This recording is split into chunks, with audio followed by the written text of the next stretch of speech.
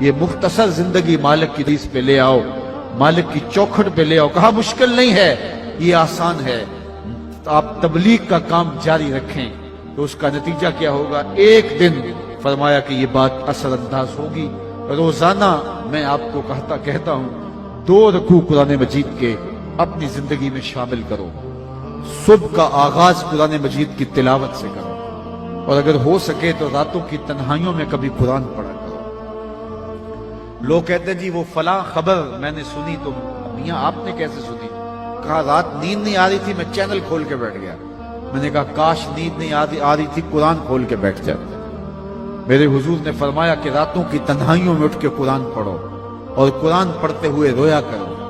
پھر فرمایا فَإِن لَّمْ تَبْكُوا فَتَبَاكُوا، اگر رونا نہ آئے تو رونے کی کوشش کیا کرو۔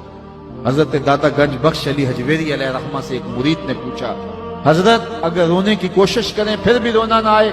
فرمایا پھر اپنے مقدر پہ رویا کرو۔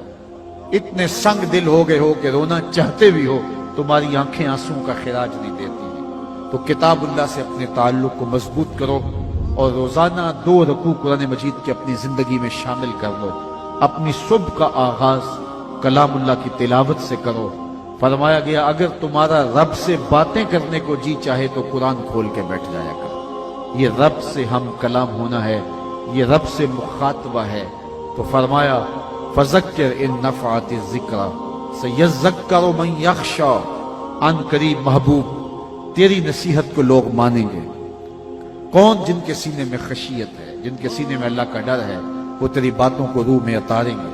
اللہ اکبر۔ وَيَتَجَنَّبُهَا الْأَشْقَى، لیکن دور کون رہے گا؟ یہ شقی القلب ہے، جو بدبخت ہے، وہ تیری بات نہیں سنے گا۔ تو کیا وہ نہیں سنے گا تو نہ سنے؟ نہیں، بلکہ فرمایا وَسَيَجَنَّبُهَا الْأَتْقَى الَّذِي يَصْلَى النَّارَ الْكُبْرَى، اللہ فرماتا ہم اس کو بڑی آگ میں ڈالیں گے۔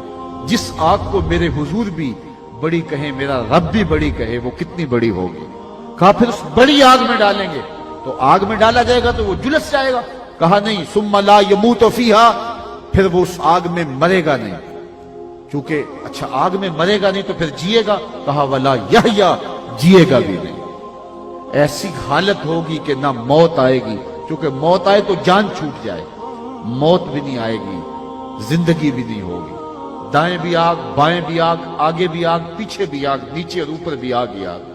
اور یہ آگ تو جلاتی ہے اور خشک کرتی ہے، وہ آگ چپک جائے گی بدن سے، جس طرح تار پر یہ لوک چپک جاتی ہے وہ بدن سے چپک جائے گی، اور یہ سخت اور بڑی آگ ہوگی۔ حضور نے ایک دن جبریل امین سے پوچھا مجھے جہنم کے عذابوں کا ذکر سناؤ، تو انہوں نے عرض کی اخف العذاب، سب سے ہلکا عذاب جو جہنمی کو دیا جائے گا وہ یہ ہوگا کہ جہنمی کے پاؤں میں آگ کا جوتا رکھا جائے گا، باقی سارا بدن اس کا آگ میں نہیں ہوگا، جو سب سے ہلکے عذاب میں ہوگا اس کے پاؤں میں آگ کا جوتا ہوگا۔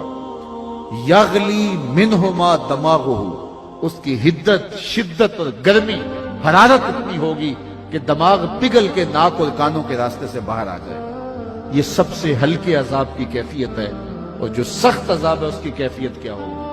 تو کہا الذی یصلی النار الکبریٰ، اس کو بڑی آگ میں ڈالا جائے گا، ثم لا یموت فیہا، پھر اس کو آگ میں مرے گا نہیں، تو پھر جیے گا؟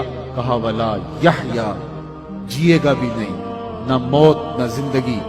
اے عجیب کشمکش ہوگی جو اس کو سہنا پڑے گی۔ یہ تو اس کی سزا ہے جو اللہ کے حکموں کو توڑتا ہے اور اس کے حکموں سے منہ پھیرتا ہے۔ اب ٹھنڈی ہوا کی جھونکے بھی دیکھیے، قد افلح من تزکا، کہا ایک وہ ہے جس نے من کو ستھرا کیا، جس نے باطن کی صفائی کی، وہ فلاح پا گیا۔ وذکر اسم ربہ، اور اپنے رب کے نام کا وظیفہ پڑھا، فصلی، اور نماز 5 گانا کا اس نے اہتمام کیا۔